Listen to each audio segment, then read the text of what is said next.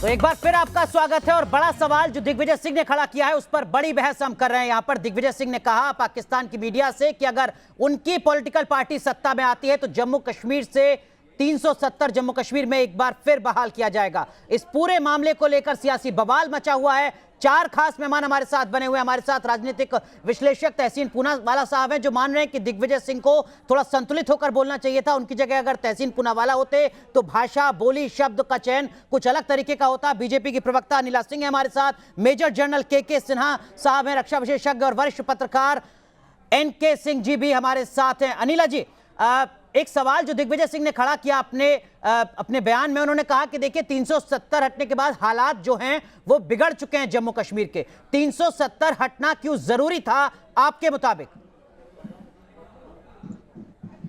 देखिए, ऐसे है कि लगातार डिबेट्स खूब हो चुकी हैं। जब एक ऐतिहासिक फैसला लिया गया था 5 अगस्त 2019 में, खूब डिबेट्स हुई थी और खूब अच्छी तरीके से पूरे भारत को क्या पूरे विश्व को पता है कि आर्टिकल 370 या 35A जो था एक टेम्परेरी था और आर्टिकल 35A एग्जिस्ट ही नहीं करता था।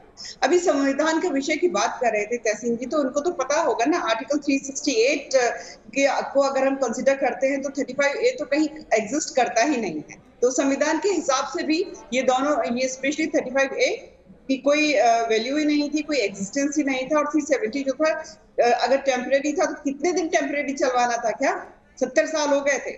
जिस प्रकार से हमारे देश के जो पहले प्रधानमंत्री थे और कांग्रेस पार्टी के लाडले नेहरू जी, उन्होंने पूरा जो एक मैं कहूंगी मिक्सअप कर दिया था पूरा जम्मू कश्मीर को। कश्मीर की खासतौर से मैं बात करूंगी, जब कबाली हमले हुए थे और हमारी फौज उन्हें खदेड़ रही थी, एयरफोर्स खदेड़ रहा था, और जो आज की तारीख में जो LOC है वहां पे जाके सीज़फायर किसने करवाया था?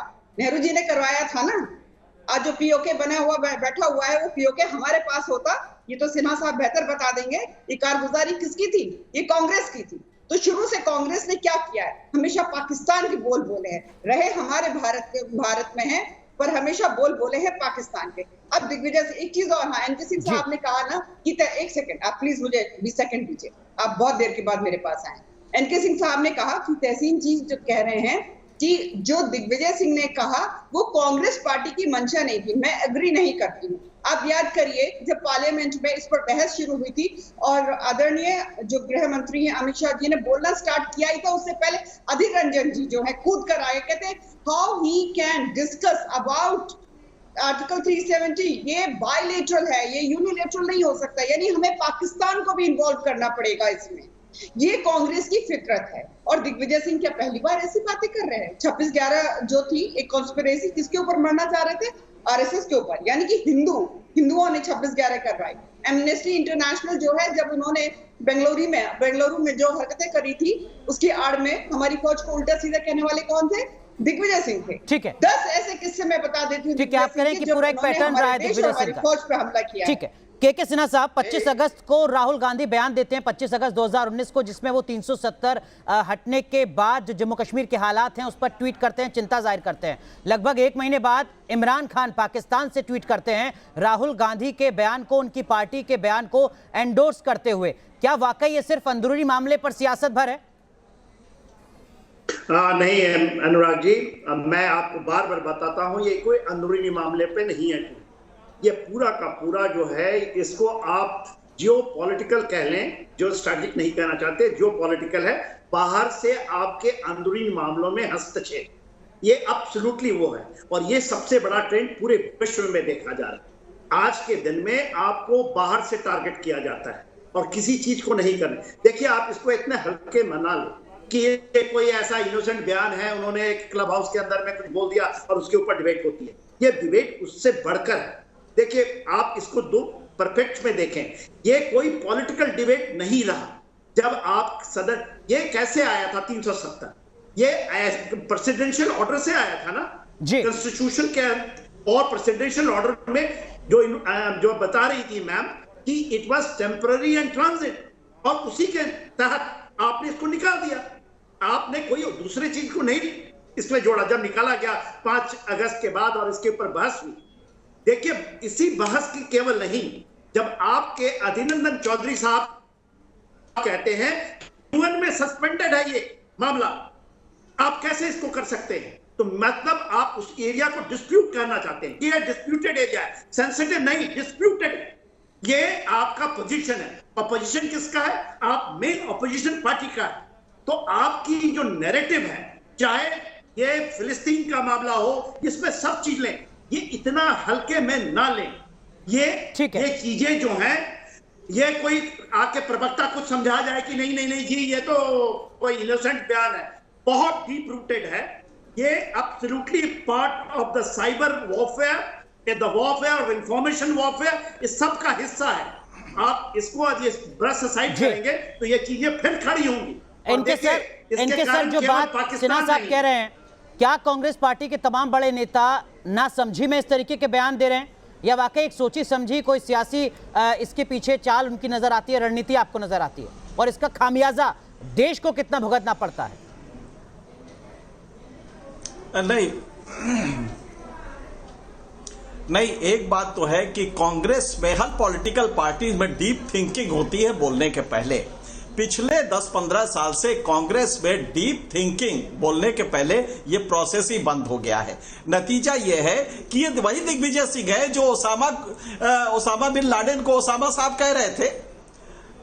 तो ये दिग्विजय सिंह ऐसे लोग सेल्फ गोल के लिए मशहूर हैं, और पार्टी को इनसे निजात पाना चाहिए, क्योंकि ये जब भी बोलेंगे कुछ गड़बड़ ही बोलेंगे। और ये दिग्विजय सिंह का अपना पर्सनल मुझे लगता है कि है, कांग्रेस में भी थिंकिंग नहीं है, ये बात सही है, लेकिन कम से कम कांग्रेस का अगर ये स्टैंड रहता तो कांग्रेस इसे ट्वीट करती। कांग्रेस का ये स्टैंड नहीं है। और दिग्विजय सिंह को आप जानते हैं कि आजमगढ़ के उस पे बाटला हाउस के केस में उन्होंने क्या कहा था। तो इस तरह से दिग्विजय सिंह हो तो आपको अपोजिशन की जरूरत ही नहीं है, 2-4 दिग्विजय खड़े कर दीजिए, ऐसे ही आप हार जाएंगे। तो मेरे ख्याल से पहला तो कांग्रेस को यह करना चाहिए पॉलिटिकल प्रूडेंट स्टेप कि वो डिसोसिएट करे अपने को। और दूसरा, इसका जो रेमिफिकेशन इंटरनेशनल है, ये बिल्कुल है ग्लोबल, इस समय विलेज बन गया है। और आप अगर कुछ भी यहां कहते हैं तो कल इमरान खान ही नहीं, बाइडेन भी यही कहेंगे। लिहाजा आपको बचना होगा इन चीजों से। तहसीन पूनावाला, दिग्विजय सिंह के कुछ बयानों का जिक्र यहां पर एनके सर ने किया, अनिला जी ने भी कहा। ओसामा बिन लादेन को वो लादेन जी कहते हैं, जाकिर नायक को शांति दूत उन्होंने बताया, कश्मीरियों की घाटी में जो तैनात है सेना वही हत्या कर देती है, इस तरीके का बयान उन्होंने दिया। दिग्विजय सिंह दरअसल में भाषा किसकी बोल रहे हैं, भारत की या किसी और मुल्क की? नहीं, ऐसे बयान तो मैं भी आपको काफी बता सकता हूँ। न्यूज नेशन के मैं वेबसाइट से अगर देख लूं तो रविशंकर प्रसाद जी ने हाफिज सईद साहब कहा था। मैं तो उनको देशद्रोही नहीं कहूंगा, मैं उनकी बहुत इज्जत करता हूँ। आप ही के चैनल को, दीपक चौरसिया जी को या आपके किसी पत्रकार को मोदी जी ने बयान, ये न्यूज नेशन पे मैंने स्टेटमेंट देखा था, कहा था कि मैं प्रज्ञा ठाकुर को जिंदगी भर हृदय से माफ नहीं करूंगा। प्रज्ञा ठाकुर को एमपी बना दिया मोदी जी ने, वो तो टेरर अक्यूज्ड है, तो मोदी जी किसकी जबान बोल रहे हैं। तो देखिए, इस तरह की हम इस डिबेट को नीचे ना ले जाए। लेकिन मैं एनके सिंह जी से पूरी तरह से दोबारा से इत्तेफाक करता हूँ। कांग्रेस को देखिए, क्योंकि मैं उस परिवार से आता हूं। पूनावाला साहब, आप देखिए बहुत ही पढ़े लिखे प्रवक्ता है, मैं आपकी फिर एक बार तारीफ कर रहा हूं। सर, मैं आपसे उम्मीद करता हूं कि आप सेंसिबल तरीके से बात करें। सवाल का जवाब सवाल नहीं होता है। मैं आपसे दिग्विजय सिंह के कुछ ऐसे विवादित बयानों पर आपकी टिप्पणी पूछ रहा हूं, आपको यह कहना चाहिए कि जो भी इन्होंने कहा वो गलत कहा, बाकियों ने जो भी कुछ कहा वो भी गलत कहा, लेकिन अगर दिग्विजय सिंह ने यह कहा है तो वो गलत कहा है। मैं मानता हूं कि ओसामा बिन लादेन एक आतंकवादी है। मैं खुश हूं अमेरिका ने उसे घर में घुसते मारा। अब आप कहो प्रज्ञा ठाकुर आतंकवादी है? उसने कहा मेरा दोस्त हेमंत करकरे जो मेरे मुल्क के लिए शहीद हुआ, वो मेरा व्यक्तिगत दोस्त था, आप में से कोई उसे नहीं पहचानता, मेरा दोस्त था वो। उसने प्रज्ञा ठाकुर ने कहा उसे श्राप दिया, इसलिए वो मरा। आप कहो कि प्रज्ञा ठाकुर को पार्लियामेंट से निकाल दे मोदी जी, न्यूज नेशन को वादे किए थे ना मोदी जी ने, क्यों नहीं निकाला उसको? तो देखिए, हम इस चीज पर, इस डिबेट में ना जाए। मैं कुछ बड़ी बात करना चाहता हूं, मैं एनके सिंह जी से पूरी तरह से इत्तेफाक करता हूं।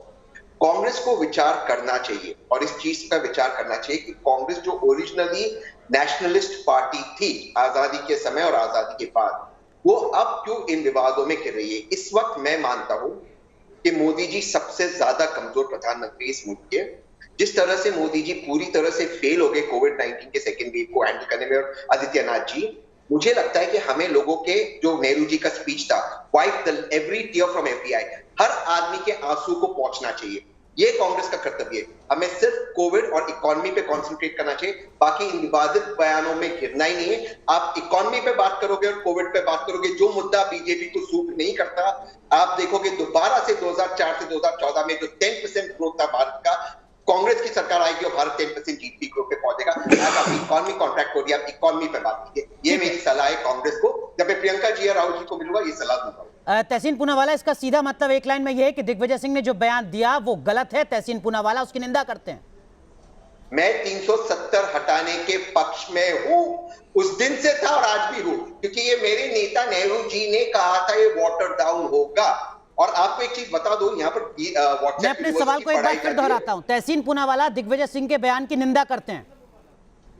मैं नेहरू जी के बयान का समर्थक हूं, जिन्होंने कहा था 370 टेम्पररी है और ये वाटर डाउन होगा, और इसे वाटर डाउन करने में जो कार्य कांग्रेस ने किया था वो थे। आप इसको कॉन्स्टिट्यूशनली जो भी अब करना है वो कोर्ट करेगी। अनिला जी, तहसीन पूनावाला को सुनने के बाद इतना तो आप भी समझ रहे होंगे कि शायद कांग्रेस पार्टी को दूरी बनानी चाहिए दिग्विजय सिंह के इस बयान से। कैसे बनाएंगे? जो इनका जो सुप्रीम फैमिली है, जो वो सोचते हैं तो वही बोलते हैं। दिग्विजय सिंह और कांग्रेस पार्टी राष्ट्रीय पार्टी, नेशनलिस्ट पार्टी कहां से हो गई? अंग्रेजों की बनाई हुई पार्टी, थियोसॉफिकल, यानी कि ब्रदर, थियोस का मतलब होता है ब्रदर, ब्रदरहुड वाली एक एनजीओ ने ये पॉलिटिकल पार्टी बना दी और अपनी मानसिकता कांग्रेस के अंदर थोप दी। इसीलिए गांधी जी ने कहा था ना कि पॉलिटिक्स में नहीं आना चाहिए कांग्रेस को।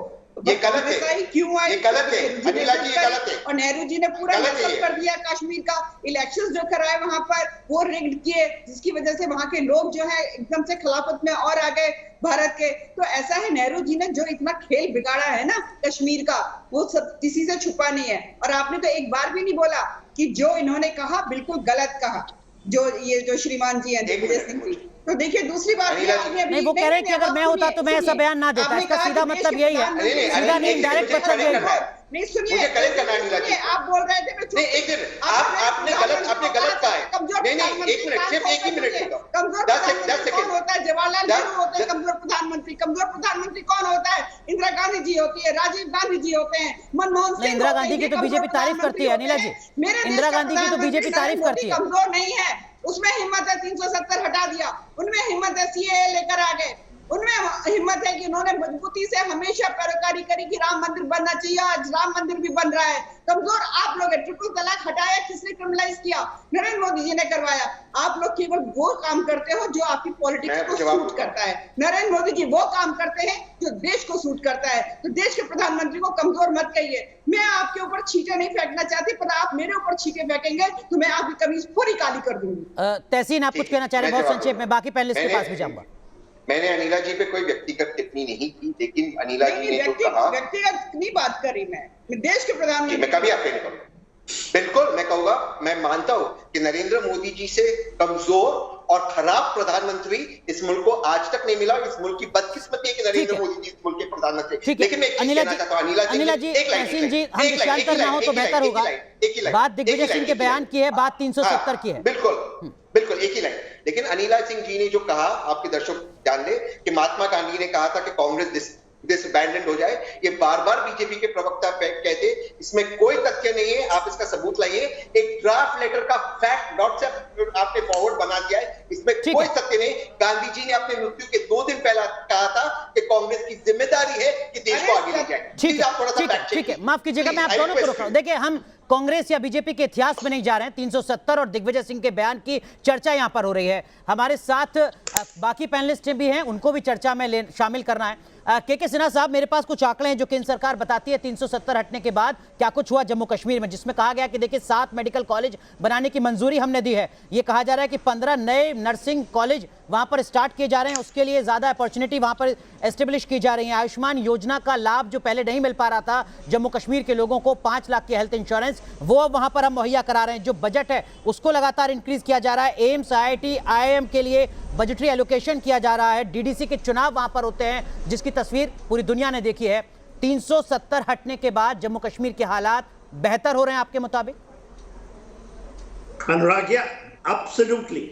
ये देखिए ग्राउंड के ऊपर में, यदि आपने देखा आज ही के दिन में नदर्न आर्मी कमांडर का एक इंटरव्यू आया है, टीवी चैनलों में आपने देखा है, CDS का बयान आया है।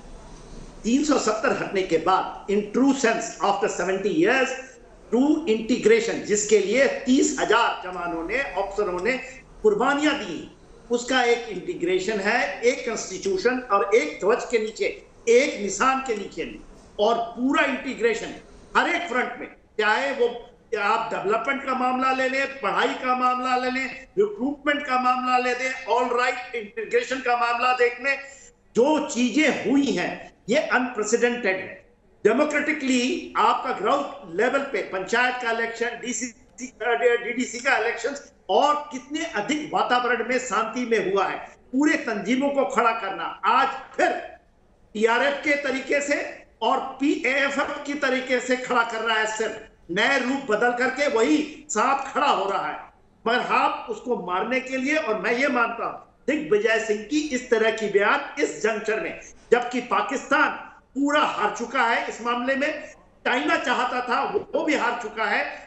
बाजवा जब बोलते थे कि बरी the turbulent past and move, वो इस तरह की बयान दे करके फिर से वो करना चाहते हैं कि वहां पर जो इनका दाने गलती थी वो चीज खड़ा करना है, और सपोर्ट की आज की घटना इसी से लिंक मुझे दिखाई देती है। ठीक है, आपको लिंक नजर आते हैं सर, लेकिन क्या कुछ बदला, जरा दर्शकों को भी समझना चाहिए। जब से 370 हटा है तब से लेकर अब तक करीब 100 करोड़ रुपए अलगाववादियों की सुरक्षा पर खर्च किए जाते थे, जिसमें 90% शेयर सेंट्रल गवर्नमेंट का हुआ करता था। आपको लगता है कि कम से कम अब जो प्रायोरिटी है वो चेंज हुई है जम्मू कश्मीर में? सिन्हा साहब। जी हाँ, Absolutely, priority is 100% change। अभी आप थोड़े दिन पहले कि वहां को आपने ब्लैकआउट किया है, वहां पर 4G 5G की बातें चल रही, पूरी कनेक्टिविटी इतनी अच्छी हो चुकी है, टेररिज्म की जगह में आपका टूरिज्म वापस आ रहा है। जम्मू एंड कश्मीर के अंदर में अनप्रेसिडेंटेड ग्रोथ है, चाहे वो फार्म सेक्टर्स है, उसके अलावा जितनी ज्यादा लोगों का इंटीग्रेशन, चाहे किसी भी कॉलेजेस, इसमें देखिए हमारे लोग जाकर के वहां जा रहे हैं, तो ये चीजें पॉजिटिव साइंस थे। ठीक है, और देखिए ये 3 साल के अंदर में, spite of the fact that लोग इसको रोकना चाहे, हर एक बार गुपकार गैंग क्या कह रहा है, आज कौन सपोर्ट करता है, वो एक बयान देते हैं पाकिस्तानी जर्नलिस्ट को, और वहां गुपकार गैंग बैक करके एक इतना सीनियर लीडर के कहता है कि हम इसको समर्थन करते हैं, हम बहुत अच्छी बात, और आप कहते हैं कि नहीं ये एक मामूली कोई बयान है। ये बयान मामूली बयान नहीं है, इस बात का एहसास तहसीन पूनावाला को भी है सर। को लाना उसी डायरेक्टली वो नहीं कह रहे हैं, लेकिन इनडायरेक्टली वो सब कुछ कह चुके हैं, जो दर्शक हैं वो समझ रहे हैं उनकी मजबूरी को भी। लेकिन एनके सर, 2004 से लेकर 2019 तक, यानी यूपीए भी और मोदी सरकार के पहले 5 साल भी 2,77,000 करोड़ रुपए दिए गए थे जम्मू कश्मीर को। ये सेंटर की ग्रांट थी। क्या आपको लगता है कि वाकई इस पैसे का बेहतर इस्तेमाल हो पा रहा था?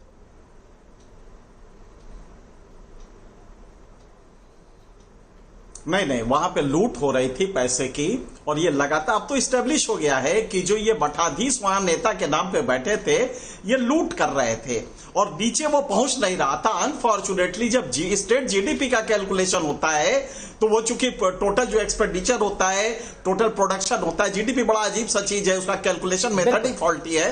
नतीजा ये होता है कि कश्मीर की पर कैपिटा इनकम बहुत अच्छी निकल जाती थी, जबकि वो पूरा का पूरा वहां के नेता खा जाते थे।